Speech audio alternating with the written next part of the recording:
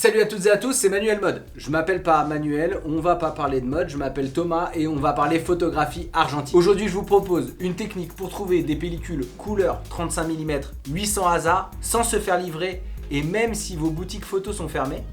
Alors c'est parti.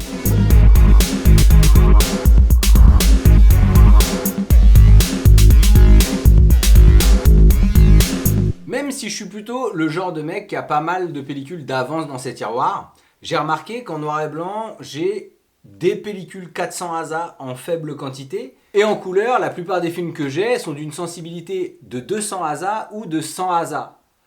Donc plutôt pour l'extérieur.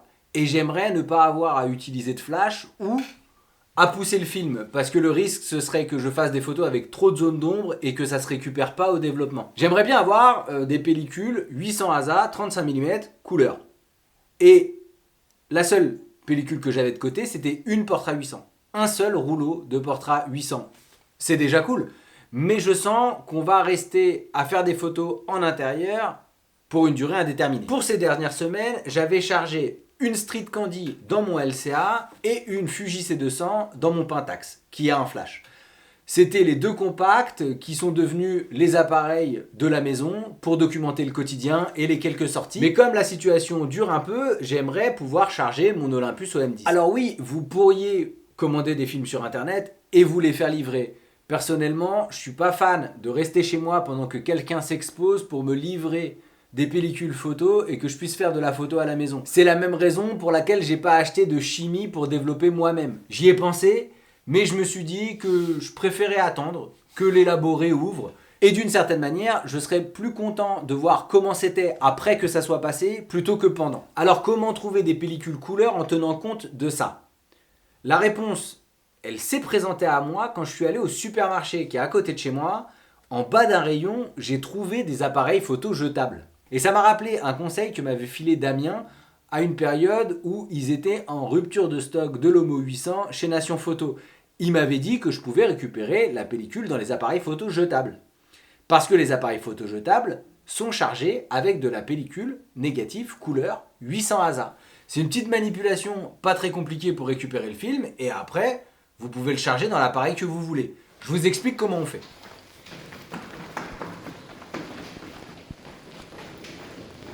À chaque fois, je me prends le courget avec ce truc. Si vous avez un supermarché type Carrefour à côté de chez vous, peut-être qu'il y a quelques appareils photo Kodak. On est d'accord, c'est pas la technique la plus économique parce que vous n'avez pas une pellicule de la qualité de la Portra 800, mais vous avez une pellicule 800 ASA négative tout à fait honorable.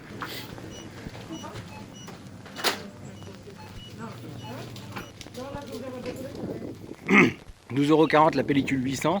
L'avantage c'est qu'il y a 27 poses plus 12 gratuites.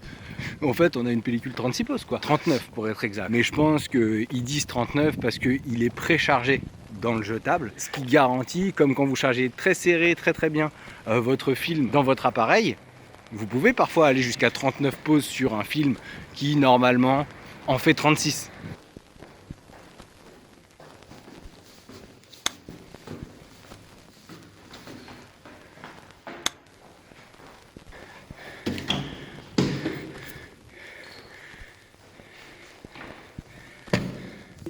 Bon, là où j'étais, les appareils valaient 12 €.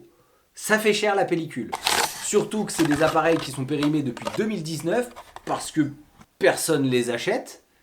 Mais bon, c'est mieux que rien. Alors bien sûr, ça pourrait être marrant de faire directement des photos au jetable.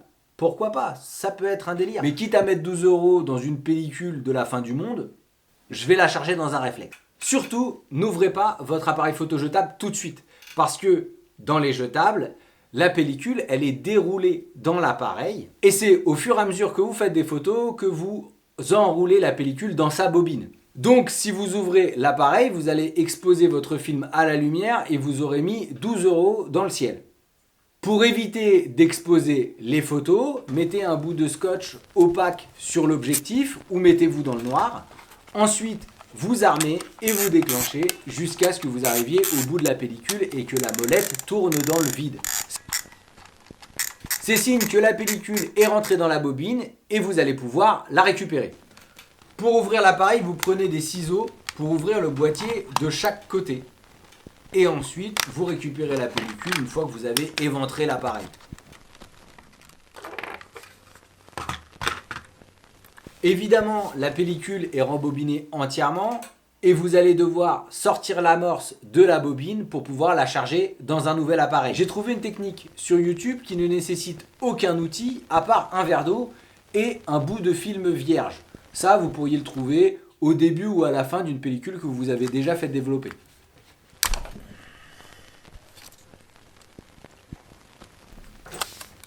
Et voilà, vous avez une pellicule 800 ASA à charger dans l'appareil de votre choix. Voilà, c'est tout pour aujourd'hui. J'espère que cette vidéo vous a été utile. Si c'est le cas, cliquez sur j'aime ou partagez-la. Abonnez-vous à cette chaîne si vous voulez voir d'autres vidéos sur la photo argentique ou si vous voulez découvrir mes autres projets. Depuis cette semaine, on a dépassé la barre des 4000. Merci beaucoup de votre soutien. J'organise un tirage au sort pour fêter ça et pour vous faire gagner des pellicules 35 mm. Il y aura 3 personnes qui seront tirées au sort.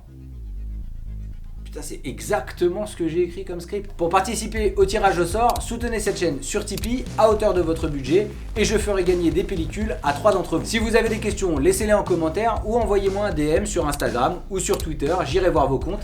D'ici la prochaine vidéo, faites encore plus de photos et prenez soin de vous. Allez, ciao!